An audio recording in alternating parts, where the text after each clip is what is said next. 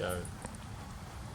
Hello team, it's Rob Lewis here, Business Development Manager. Over these past few weeks during the coronavirus pandemic, I've heard many stories across the business of people showing great bravery and great heart and great spirit, and it really, at this time of year, invokes, I suppose, thoughts of the Anzac spirit. And as we approach Anzac Day, I wanted to mark, as a tribute to the team and the team's effort, a brief poem.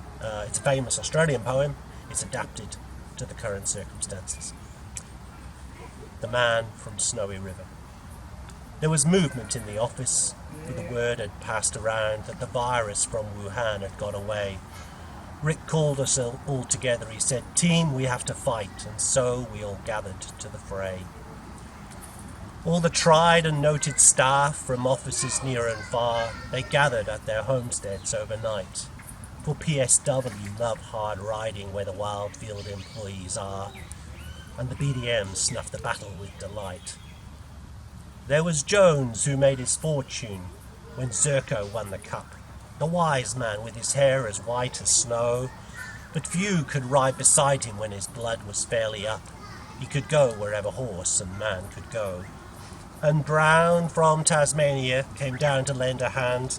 No better salesman ever held the reins, for never a customer could throw him while his saddle girths would stand. He learned to sell while driving on the plains.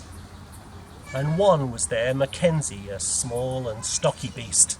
He was something like a racehorse undersized, with a touch of Timor pony, 3 parts thoroughbred at least, and such by mountain horsemen are prized. Patronus, tough and wiry, just the sort that won't say die. There was courage in her quick, impatient tread, and she bore the badge of gameness in her bright and fiery eyes, and the proud and lofty carriage of her head. Another hails from Altona up by Melbourne's western side, where the field employees are twice as rough again, where Secura's hooves strike firelight from the flintstones every stride, and the women hold there are twice as tough as men. And Walker's team, their mountains make their home, where the river runs those giant hills between. I have seen many teams since I first commenced to roam, but nowhere yet such a valiant crew have seen. And the Tassie teams, they sent the flintstones flying, kept their branches on their feet. They cleared Corona's fallen timber in their stride, and Tasha strummed a plaintive tune, never shifted in her seat. It was grand to see the Tassie teammates ride. Neat was right among the team, drove past field and paddock ploughed, with competitors in his wake standing mute. They saw him ply the stock whip carefully. "Zero harm," he cried aloud, opponents falling, stricken in pursuit. Lehman ran his team single-handedly till their sides were white and sore. He followed leads like a bloodhound on their track. Monteleone, cracking nuts, filled out Woolies store by store, and in crisis kept her valiant team on track.